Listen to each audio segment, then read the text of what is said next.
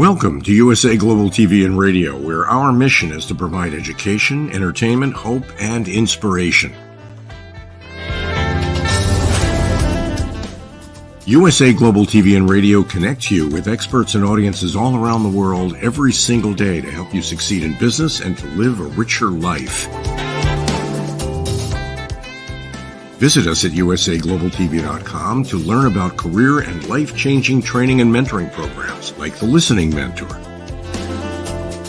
Subscribe to our newsletter to stay informed about our special programs and offers. Discover how you can become a guest on one of our shows or a host or producer of a USA Global TV and Radio show of your very own. That's USA Global TV and Radio, where the doctor is always in.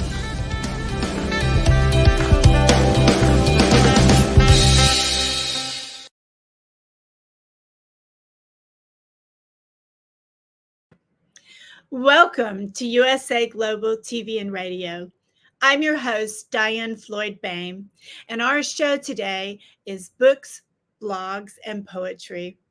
If you're joining us for the first time today, wherever you are in the world, we are thrilled to have you, and we thank you to all our dedicated viewers.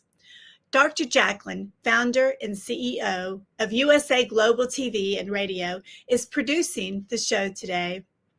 Our guest is author Stephanie Ellis, who lives in Wales in the UK with her family. Stephanie is a writer of horror and dark fiction and poetry.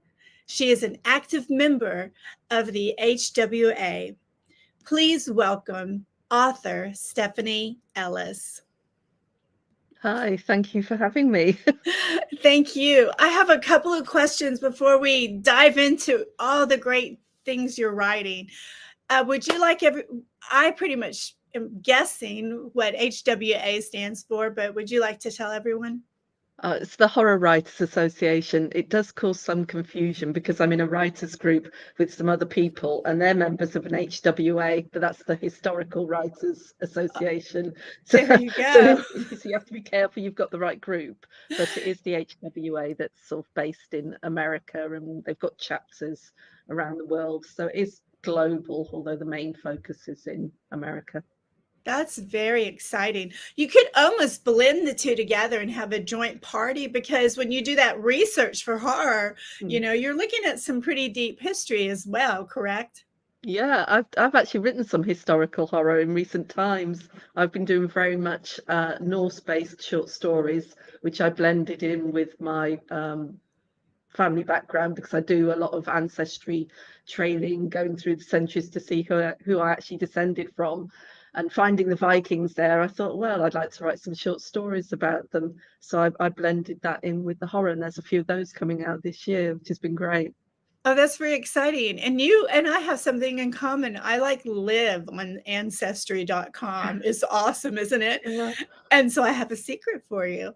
So my maiden name is Floyd.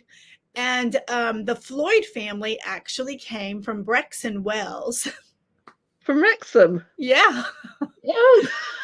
How about that? When you were mentioning Wrexham earlier, I thought, oh, and then, you know, that's totally unexpected. I mean, my husband's Welsh, I'm English, and he's finding his family, and they have, some of them are from the Wrexham area, more Moldway, which is an unfortunate name for a town. But so it's, we spread far and wide. For my birthday present this year, I was given one of those DNA kits. Yes, I did that. I had that tested, and I'm pretty much British, but it's a bit of French, a bit of German, mainly British and some Scandinavian. So I have got that ancestry back there. But when I looked on the map, because you can see where your living relatives are, there's a whole bundle of third, fourth cousins in America. So I'll have to dive into that sometime, and we might find we're related that way. Well, my DNA kit showed basically the UK, Wales for my daddy, and then Scottish and Irish. So in a teeny tiny bit of Belgium. So That's like us pretty much. Although I did Yeah, find that it said that there's a pure French or German ancestor yeah, was found as near as in the 1800s yeah, through the Victorian era.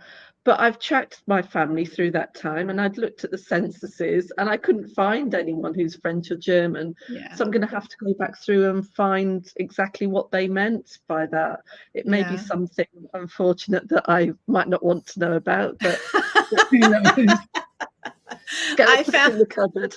yeah, I found some of those like in the 14th century. So sometimes you have to go way back.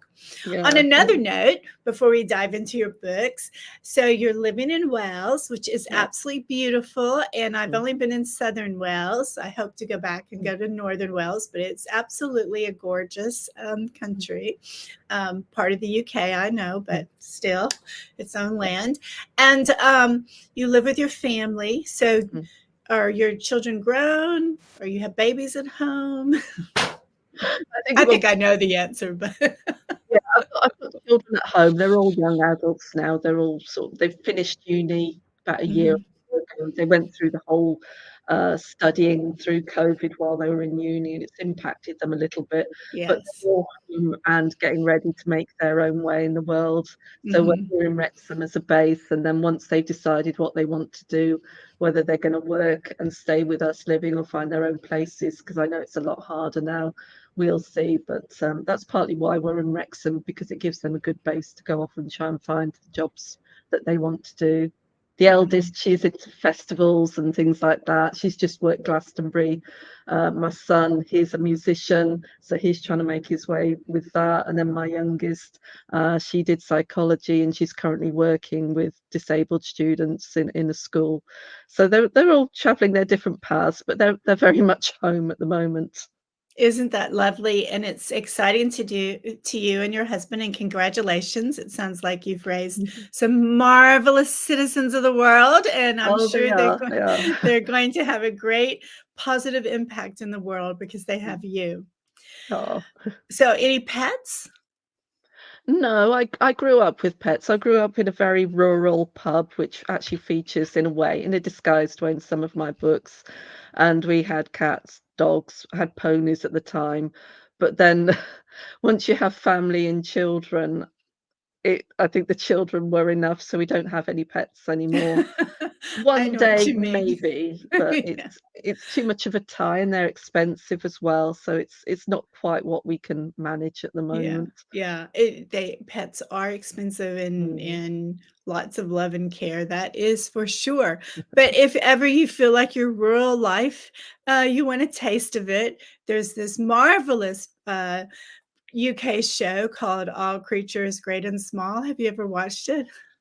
Is that the one that's based on the James Herriot books? Yes, yes, yes. Yes, I watched a series of it back in the 70s or 80s when I was younger.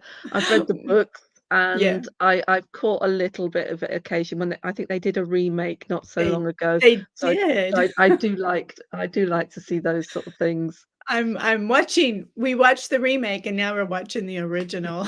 I think so anyway, that's a little tip for you if you decide you want to see a bunch of cows and dogs and every other little creature running around. Which brings me to, oh my gosh, horror. How did you decide that you wanted to be a horror writer? I keep getting asked that, and it was just absolutely by accident. I started writing, oh, I keep saying several years ago, but time's moved on a bit since then. So, in my late 40s, I'd been writing a little bit and trying to enter competitions, write cute stories for people's friend, things like that. And they said, "You're a good writer, but you don't quite fit our remit." So I'd got a magazine, and it asked for stories for an anthology that were horror stories linked to potatoes in some way. So I wrote a short story called Death is Not a Potato and sent it in, and it got rejected. But the editor, who's actually become a friend, she said, "Well, it didn't work this time, but try in future." And she did this little press, little horror press, and I wrote these stories and sent them in, and they were accepted, and that was the start of it. It just I don't know what it is. I just had such fun writing them. Those early ones, it was a little bit, you'd find characters that you don't like in real life, not necessarily specific people, but types of characters you don't like, your loan sharks, things like that. And I'd shove them in the story and they had their comeuppance, and it just worked. It's just great fun. It's I just can a strange. tell. I can tell because you're just glowing talking about Yeah. it. And you know what? I know that rejection feeling, Mm, but the rejection means it's only going to get better. And you just shared the positive that comes out of it. mm, When I was teaching, I would always tell the kids, failure is good because it means something great's going to happen because you're always learning. yeah. So when that title was incredible about the potato. You might have to rehash that one. It is an awesome title. I thought you were Yeah. gonna go and say, have it come from Ireland or something, because over here in America, we learn about the potato famine, so This one was actually set in Leningrad. It was there was the siege of Leningrad during World War II, and Mhm. the inhabitants were starving. And I based it on I think it was this museum where they kept all the seedlings and roots for vegetables or something. I can't remember whether it was a true museum or not, or whether I made it up. It is a little while ago, but it was about what people did to survive and how they were protecting these particular potato seedlings, and no one was supposed to touch them, but somebody was starving enough to try and get hold of them, and then all the rats came out, and it's just a very bizarre story. But I read it again recently, and I really liked it. So it's not necessarily horror, but it is quite a dark story, and it still reads well to me because I think I've written enough now to know when I write rubbish, and I Mhm. also know when the story's okay. And that one still reads to me as okay. It's just trying to find somewhere to put it. Just add some zombies to it, Yeah, that would be easy to do in that setup, I think. I think so too. Which leads me to you said something really powerful for all of us, that you now, because you've grown as an author, you can look at some of your work and go, oh my gosh, Yeah. and like, yeah, we're going to move on with that one. Would you like to share how it feels to know that you've grown that much? I think it's just you get a better sense of confidence. It has taken some time. When I first started writing the short stories, I would get them read a lot by different people in little beta reader groups, and before I sent them out. And I was getting to the point where I enjoyed my stories that I'd written, but then other people would comment, say, I don't like this, I don't like that. And there was one particular story I'd written, and a number of people were commenting on it and saying, oh, it's not quite right here, there, or whatever. And I thought, no, I like it as it is. And I sent it away. And it was actually to Flame Tree Press, and they accepted it without any, I hadn't incorporated any changes. It was as I was happy with it. And I think that was pretty much my first pro sale, or one of them. So that gave me the confidence to look at my writing in a new light. And I still get people reading my work. With the shorter stories, that confidence means I don't need to do that as much. It doesn't mean that I think everything I write is wonderful. It just means that I've got a better sense of awareness of where my stories will go. They might read okay, but there's no market for them. I'm still a little bit wary of the longer fiction, I think, and that's because there's more room for error. You can cause great big plot holes, or you can change your characters halfway through and not realize it, but you'll be too close to read it because there's so much in there. So you'd have to get somebody else to have a look. So I still do that.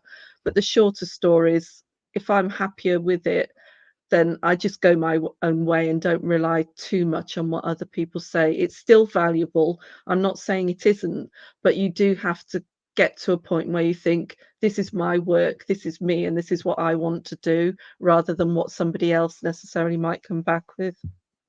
That's excellent, and, there was so much that you just shared that there. I was, like, ready to go one way, but then I was like, "Oh, wait, this is an interesting avenue to go too." But you're so right. It's your work, and it's lovely to have people read it and give their thoughts, but sometimes people deep down inside may not realize it, but they're like, man, I wish I could do this. So I'm going to let her, write what I would like to do. And good for you for thinking, yeah, that was great. Thank you so much. But now I'm going to stick with what I have. And it paid off. So that's Mm. great. That also leads to something you mentioned backstage that I think is important. You haven't been writing your whole life as far as Mm. professionally, and you want to inspire others. And so I'm going to let you take it away with what it is you would like to inspire and then I promise we're going to get into all your books. Oh, where to start? Well, the main thing is I'm 59, hitting the big 60 next year, but my writing career began very much towards the end of my 40s, and I was first published just before I turned 50. Before that, I hadn't really written. Yet, when I read interviews or listen to interviews with other horror writers at the minute, I would get a lot of this, oh, I started writing when I was 5 or 6, and I was watching Stephen King or reading Stephen King before I was 10. And for a lot of people, it makes you feel as though you're a bit of a fraud because you didn't start that early. I have been a reader for as long as I can remember, and I love reading, but it was only when I started working in a library and looking at some of the books there, and I thought, oh, I could do this. But it was later. It was after I'd had my children. I was a working mum. For a few years, I took a career break and I was at home as the kids were younger, and then went back into work. So it was very hard to find that time. And it meant that I would put things on hold until that time became available. And I thought, I'll have a go. But a lot of women think, oh, there's no time left. But I think for women especially, because you do a lot of looking after family, whether it's the younger family, and then as you get older, you've got older parents as well. You have got to find that little bit of time for yourself. And sometimes that only comes later in life. And there is room for you. There is room for lots of us, all those grey haired women. It doesn't matter about grey haired blokes. They're always they always share their work and everyone thinks it's wonderful, but women seem to be a little bit invisible. And I just want to say, no, we're not. We're out there. A new writer is not necessarily a young writer. A new writer can be someone who's 60, who's 70, who's 80. It doesn't matter. It just means that we have to get more out there a lot quicker because there's less time left to us. Bravo. You are absolutely right. And to me, 60, you're just a baby. So, we can live, they say now, if we eat healthy and take care of ourselves, we can actually live to 125. Oh, So if we're fortunate enough to have our mind and our body and so forth, we have a lot of wisdom we can share to yeah. the youthful people. So Mm, everybody get out your pen, paper, however yeah. you write, type, whatever, and start writing your stories, correct? Yeah, yeah, just get on and do it, and don't Just worry about what anyone else says. If you want to write horror, you write horror. If you want to write romance, romance. If you want to just mix them and write a romantic horror, then just go ahead, do what you want to do, and don't let anyone say you're too old. amen. Which Mm. now leads to, where would you like to start with your horror stories or your poetry? We want them all. Oh, I don't know. The dark poetry has been something. I will say there's a slight difference with the stories. The past few years, it's shown me that I want to write and I want to get my work out there and I want to sell my stories and I want to get the books on the bookshelves. But with the poetry, especially in a way is my happy place because there's not a lot of pressure on me and I like to write it. And I've been lucky enough to have some of that published in the Horror Writers Association Poetry Showcase. I've just had another acceptance there, so I've been in it for 4 or 5 years running now. I've done a little found poetry collection with Cindy O'Quinn, a Stoker-nominated writer from America, Foundlings, and that's up for an Elgin Award. And I've also done a horror novella in verse with another writer, Shane Keane, who's in America. So working on this side of the pond with someone in America seems to work. The poetry is just great fun. It's very relaxed and there's no pressure on me. It's totally different from the stories. The stories I love to write because I do want to try and earn a living. People say if you write, it's an art, and you should just be grateful for having your work out there. And yes, I am, but I want to make a little bit of money. I think everybody does. They just don't admit it. But I I would know the love to do feeling. that. Yeah, I'd love to do that. So I've been lucky to get some books published. I was first with Silver Shamrock Publishing for Five Turns in the Wheel and Reborn, and their folk horror. Also with Bottled and Paused, but they folded about a year or so ago. And then Brigid's Gate Press, who I'm with now, they were absolutely wonderful. They started up their press not long after Silver Shamrock died, and they took on my work because they knew me. They'd read the stories and they loved them. So I've been very lucky in finding somewhere that actually likes what I've written. But I'm trying not to send work to one particular place. I am trying other publishers. I'm trying an agent. I have a go every now and then, and I get rejected, and I leave it for a while, and then I go back again and see if somebody else wants me. But I'm going to keep putting the stories out there. But the stories are more like a more I won't say structured, because I pants everything. I don't plan at all. But it's there's more stress, I suppose, with the stories than there is with the poetry. The poetry is absolutely a playground for me, and the words just seem to come with that. With the stories, it's a bit harder work. So, again, several things I want to ask you. First of all, I find it amazing that poetry is your playground, because for me, I would start sweating. I think it's such a gift for people who can write poetry, and good on you for that.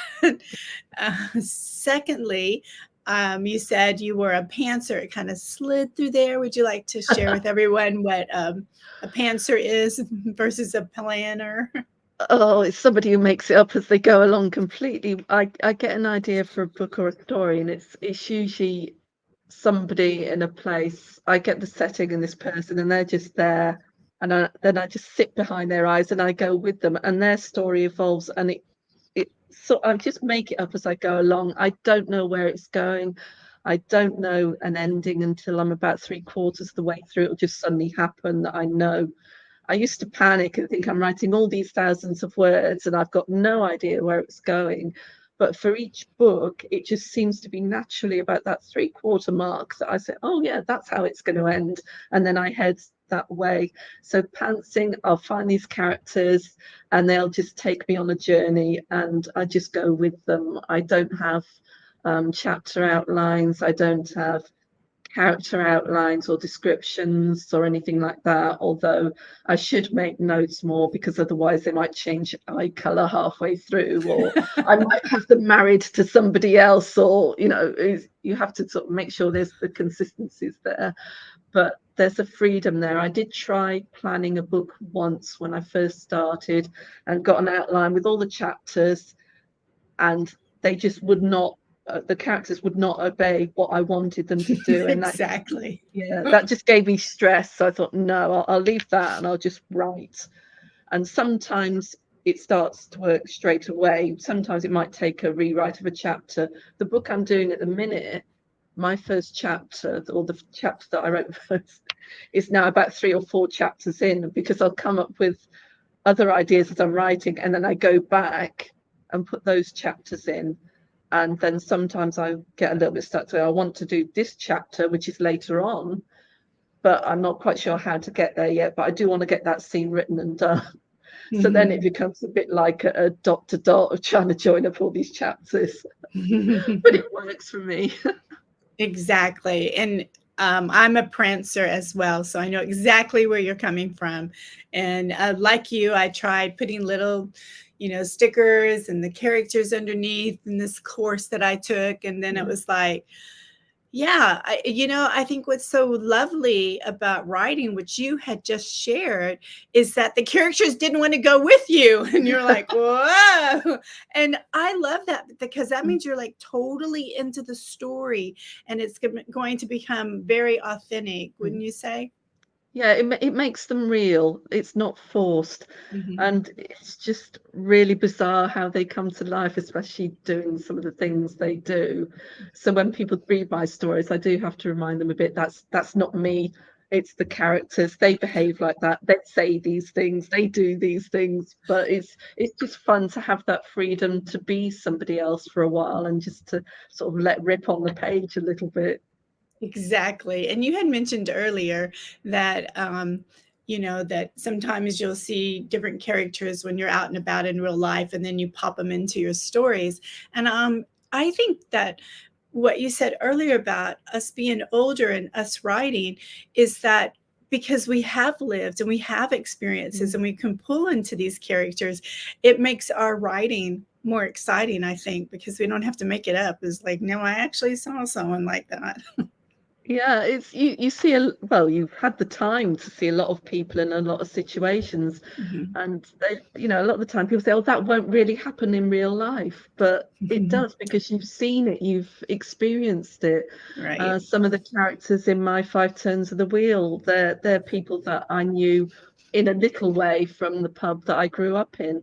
I did change, and they weren't horrible at all, but I used Mhm. some of their features or their mannerisms or whatever. And then there's a bit in the Five Turns which dealt with my own personal issue, not personal issues. I had a miscarriage some years back, and I dealt with that in the book and how I was treated. And Mhm. I remember putting the words in of the doctors and the hospital staff at the time, and the editor came back to me and said, they wouldn't speak to you like that. That this doesn't seem real. I said, well, that's exactly how they said to me, and I want those words in. So that's one of the cases where I said to the editor, I'm keeping that in because that was real to me. That was my situation. Whether other people believe it or not, but it just highlighted some of the treatment that was going on at the time. So I do like to put in a little bit of what I see, because it gives that bit of authenticity, a bit of realism, and a bit of believability to the characters, even if they're not necessarily completely human. It makes them seem a little bit relatable. Absolutely. And that's why you're an award winner, which, I really want people to hear that again, because kudos on you and congratulations on your awards. Tell us about your new book that's about to come out. On the 1st of August, I've got a new novel called The Woodcutter. It's out with British Gate Press. It's folk horror. It's not one that's set in my Five Turns of the Wheel world. I can't say that. It's a tongue twister. It's something a bit different. It's rural, but I wanted to meld history or legends with something that was going on today. I remember years ago I saw a program on Channel 4. It was Derren Brown, and he was doing a series where he convinced this one person that there were zombies and they were real. And it was a bit of a reality show where they were following this person and he believed everything.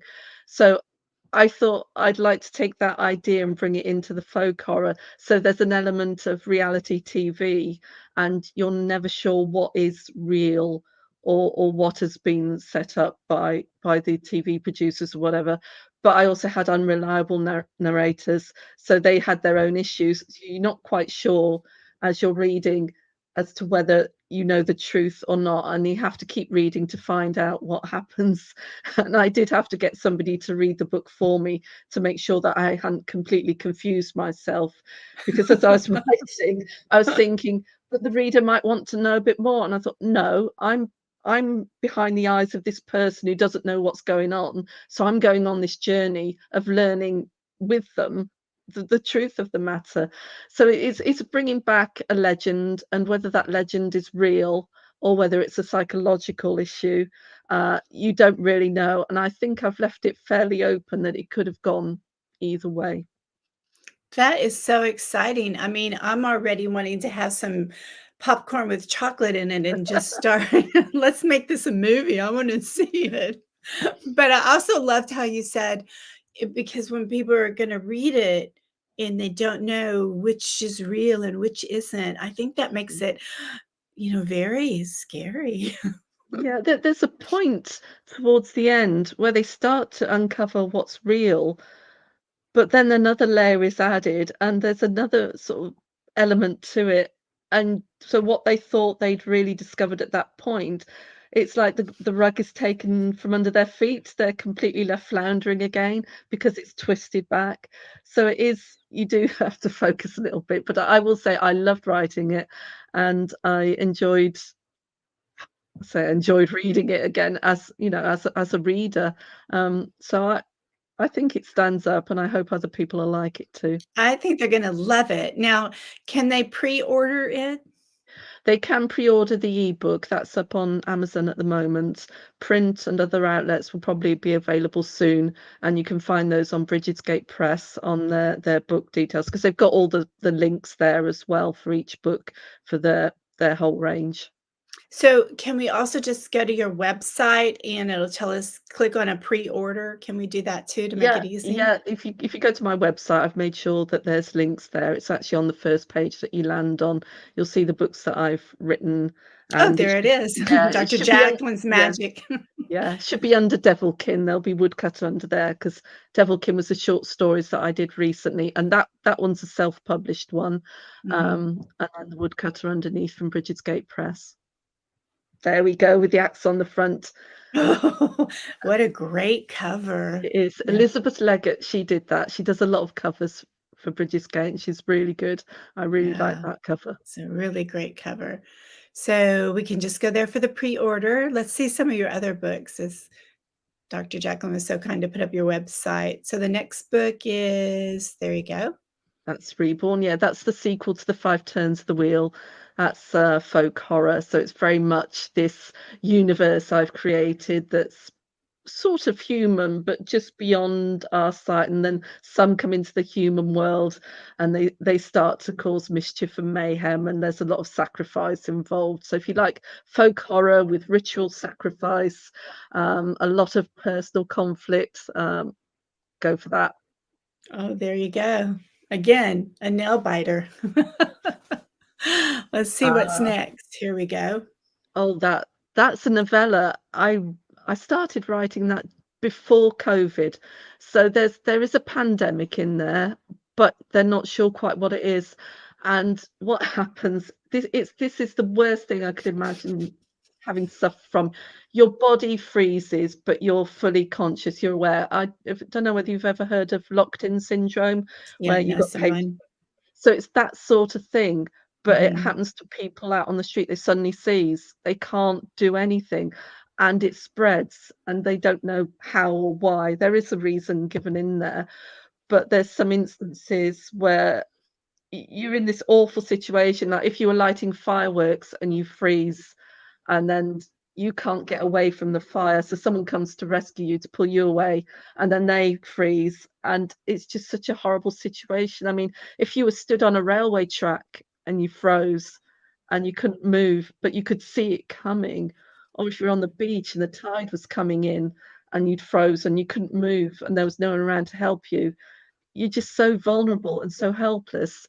And so there's that element of vulnerability there, but there's also the reactions of other people to those who are left like that. Yes, there are some who would try to help, but there are also those who would take advantage, and I show a little bit of that. It's like when you see these days, if there's an accident, not everybody goes to help. The first thing they seem to be to do is they get Shh. they get the phones out and video it. And so there's an element of that in there as well. But yeah, Very, very, so yeah, I, very ugh, interesting. And I notice when people go to your website that you have some wonderful blogs as well, and another book too. So there's a lot we can learn about you on your website for sure. This yeah, there's also particular one? The Five Turns of the Wheel. That was the first one I wrote in the folk horror series. It's set in a fictional part of England, and it focuses on this. There's a pub called the Five Turns, which is loosely based on the cider house that I Mhm. grew up in, and it's a place where these creatures from this other world come each year for 5 nights of ritual, 5 nights of sacrifice, in order Ah, for those people in that area to survive, for survive. them to succeed, for them to succeed, for their farms to be successful. They made this pact long ago that they would give this sacrifice provided they were supported in turn. But then things have gone too far, and then Megan, who's the main character in there, her and her mother, they decide to make a stand and stop this element of ritual, because it's just become too cruel. And whether they succeed or not, you'd have to read. So, do you drink coffee to come up with these ideas, or is it a strong margarita? I'm a tea drinker. A tea Um, drinker. no, I don't know I'm what just it is. I teasing. just I don't know. It's just I actually came up with the bad guys in this first because I remember seeing The Wicker Man. Oh, I don't know whether yes. you've ever seen it. And there's the May Day parade, and they're dressed up like the mummers. You've got a punch, you've got half man, half woman, you've got the hobby horse, and they look quite evil in the film. And I thought I'd love to have characters who dress up a little bit like that. And so I brought these three into my stories, but they don't necessarily dress up. There is one Mhm. called Betty, and he's a giant and he's actually quite monstrous. But he's wearing a dress because he's supposed to be the man dressed as a woman who gives these little performances their comedic effect. But he's anything but that. He's a monster. So when I write these stories, I actually prefer the villains to the good guys. There you go. And, when I was acting on stage, I actually preferred playing the villain instead of the real sweet girl because it was a different personality I could bring out where the sweetness was, like, too much like me, so I can understand what you mean by that. Well, I think you have something to read for us, I do. How much do you actually want me to read? whatever your little heart desires. You I can do a will. lot or a little. I'll read a few pages from chapter one of the woodcutter then. If I just get the pages up on the screen. That'll be Okay, so awesome. this is chapter one from the woodcutter. When Alec opened the door, it was like looking in a mirror. Admittedly, his caller appeared a few years younger, was of a more athletic build, but the other similarities were too strong to deny. If not twins, they could be brothers. An uncomfortable idea. Alec's thoughts were interrupted as the rain, which had eased off after a day of relentless onslaught, renewed its efforts to drown the country. Adding insult to injury, the wind changed direction and delivered the deluge straight at him, his porch providing no protection. He hoped whatever his visitor wanted to say could be dealt with quickly. The stranger stood in silence, ignoring the discomfort of the elements. "Yes, can I help you?" prompted Alec, hoping his meaningful look at the heavy clouds would convey enough of a hint to bloody well get on with it. "Alec? Alec Eads?" "Yes."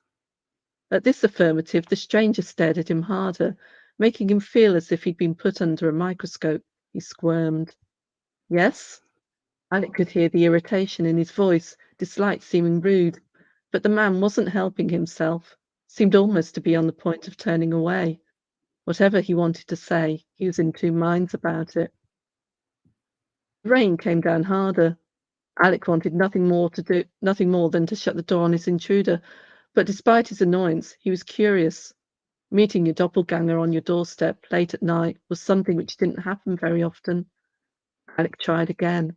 "And you are?" The man looked him directly in the eye, as if coming to a decision. Cameron Reeves. The name rang a vague bell. Too vague for any recognition. He continued to wait. "Look, this is bloody awkward, and there's no easy way to say this, so I'll go ahead and say it anyway." A gust of wind drove another blast of rain at the two men. His visitor was getting a real soaking, but did not seem to care. "Yes?" encouraged Alec, trying to place the man's accent. It seemed so familiar. Miserable eyes looked at him, despair tinged with something else. Pity? I'm I'm your brother." It came out in a rush. Half brother, if you want to be completely accurate. They continued to stare at each other, uncomfortable, each not knowing what to say. Alec had seen family reunions on TV, always joyful, even when members had only just learned of each other's existence. He had occasionally pondered his own circumstances, wondered if reconnecting with those his mother had separated him from would result in a similar response. He had his answer, a resounding no. Instead, it felt as if disaster was about to strike. Alec found he wasn't surprised, however, had almost expected this information. After all, his mother had warned him this might happen one day. His father would try and reclaim him, she had said, and she'd spent most of his childhood hiding him from imaginary kidnappers, grabbing his hand at the approach of a stranger, and running off down alleys and side streets until the illusory danger passed. It made him a nervous child, always jumping at shadows, scared to take a risk, unable to settle in one place and continually moving until finally she felt there were enough miles between them and his birthplace. His mother's fears had cost him a happy childhood. He'd refused to let her do the same to the rest of his life. There'd been many arguments about it before she died. Mark my words, she said. I won't be in my grave 5 minutes before the past comes crawling out of the woodwork. And there it is, a few pages. Wow. Thank you. You can really pull us in. I think that's a story that I would not put down. I'll be like, what happens next, right? Yeah. And the interesting thing is that it's real. People can experience this, and I know firsthand someone who didn't realize they had a half brother until a friend introduced them because he said, you have to meet this other person. Y'all look so much alike. And then they discovered they're half brothers, and it was very uncomfortable from what I understand. It must be such a shock. I mean, if that happened to me, it'd be like, well, it's just tough, you know. The school that I worked in, I heard, you know, we find that some of the students would discover that they had siblings in the school. Can you imagine the sort of trauma that would put them through? It's Exactly. I will say that's one thing about the DNA, you know, and Ancestry yeah. and National Geographics and everything. I actually know people who are like, Mom, why does it say I have a half sister? What? Yeah, just be careful what you wish for, what you go digging for, really. Yeah, exactly. And I know another person who said, I'm never doing DNA because I'm afraid I might find children that I didn't know I had. Well, I hope I don't find children I didn't know I had. Anyway, there's another one to add to your storyline. So when do you find most of your inspiration? Oh, Or do you actually, have a special time? I do. I didn't realize it. I've just gone back to the gym today. I had surgery back in April, so I was banned from going to the gym. But I remembered when I was on, I always start off on the cross trainer, and I've realized as I'm just slogging away for that mile, which might not sound a lot to some people, but it's a lot to me. The ideas come then, and so I have to try and hold on to them a little bit. It's just because I've freed my mind from everything else around me. I'm not at home trying to come up with ideas. I'm just completely open to anything. They just seem to float in when I'm at the gym. It's harder when I'm on the weights because then you're counting and it can be a bit disruptive to your count. Exactly. And you are so right. I mean, I actually prefer taking meetings and say, can we go for a walk and have our Mm, meeting? Because the ideas and everything, like you said, your mind is free. So that was yeah. exciting. And congratulations to be able to go back to the gym, and the fact that you are going back, because many Yeah. people, I mean, you've just inspired people, because many people just say, I can't even think about doing that again. I might hurt something. I'm just not going to exercise. But look at you back at the gym, hard at it. And let me tell you, a mile is something to be very proud of. Yeah, I do go for hikes with my husband around the hills. Now he likes mountains, I like woods and forests. Mhm. But I do go up the inclines with him occasionally, not too much. So I'm relatively fit, so I don't mind that. But I have found that I'm seizing up a lot more, especially doing desk work. Mhm. So I went to Pilates last night with my youngest, actually, for the first time for years. I hadn't done Mhm. it since she was sort of, so, you know, quite little. And she was it was good fun. I was I was a bit creaky. I couldn't do everything that I used to do years ago, and she was lying next to me giggling away. So maybe we I had might put that other people. yeah, I had that same experience with my daughter, but Pilates is wonderful and so Yeah. good. Now we're going to be closing up the show, but I just really want to thank you for inspiring men and women of any age to Yeah. get out there and write, tell your story. Maybe it doesn't have to be a full-on chapter book, a No. novella, like you said, but just write. That was wonderful. Yeah. And to share your news stories. And let's remind everybody again how they can pre-order your book and remind them the name of the book. Okay. Well, The Woodcutter is out on August the 1st, and you can pre-order the ebook from Amazon. Other links, well, print links and other places to buy it will be available at some point after the launch, but the ebook is there. Um, the links are also on my website at stephellis.org. And they can sign up for a newsletter or your blog. Oh, yes. I'm terrible at that. I've joined Substack like a lot of other writers, and I try and get something out about once a month, and I think there's a link to that on my website. My Twitter is also shows up on my website, so you'll find me there. I will say I've taken the plunge and gone on to TikTok in recent times. That's because I found a little bit of free video making software on Windows. And again, this is for anyone. Anybody can do anything. If they find this software, just have a go. I'm all for finding free software. And so I started making little videos of poetry and also links for my books. For The Woodcutter, I put a little reading on there last night, and there's a summoning poem in there that's a bit creepy, so I put that up. So yes, I'm on TikTok as well with all the Look at youngsters. you. Bravo. I signed up for TikTok, but then I was like, I can't do that craziest stuff, but Yeah, I can't. I don't want to show my face, so just but make you me just do the inspired me, and I'm sure you yeah. just inspired our listeners too, and viewers, of course. Oh, thank you. Um, so I also want to say to everyone listening, please do this pre-order. Pre-order means a lot to us authors, because if everyone does a pre-order, then all at once, on that particular day that it's launched, it does a big thing for us authors, because the logarithms that work in the back, that shows, this person's book is exciting, they raise the bar and advertise this more for free. So please make sure you do the pre-order, and I know Stephanie would appreciate it. Correct, Stephanie?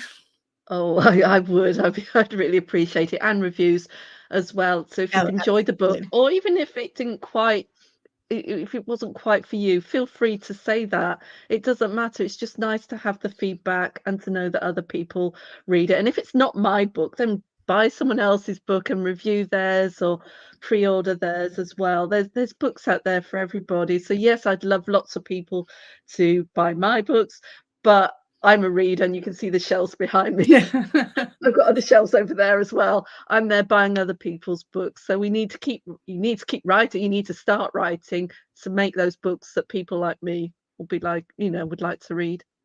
Beautifully said. Well, I hope you'll come back to our show. I'd love for you to read some poetry the next time you come back. And I want to hear all about how the kickoff to your new book did. And I hope you have a very blessed day. Thank you for coming. Oh, thank you for having me on. It's been such great fun, and I'd love to come back and read some of my horror poetry with Oh, that you. would be great. I'll have the popcorn with chocolate ready to go. Yeah, Take care. Thank you so much. thank you. Well, that's our show for today.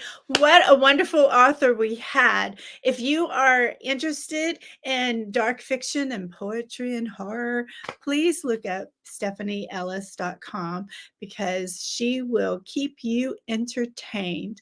I loved interviewing her. I found her very inspirational. And just to reiterate what she said, we're all storytellers. So just start writing. And maybe you don't have time to put a lot to it. Just start writing, and the time will come and you'll get that book out and you're like, oh my gosh, I got a great story here. And just get going.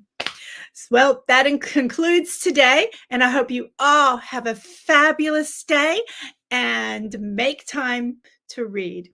Bye for now.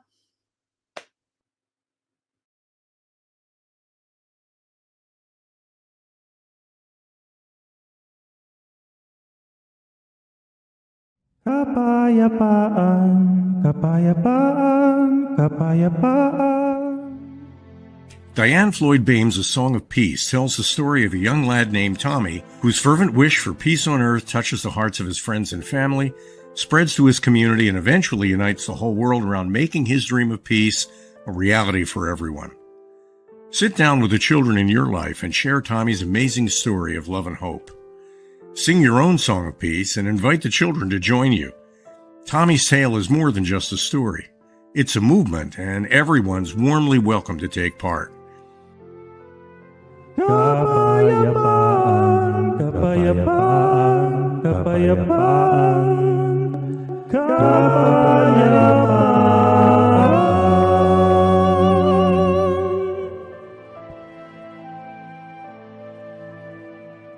You'll find A Song of Peace, along with many other wonderful learning and enriching opportunities for children of all ages, at DIANNFloydBOEHM.com.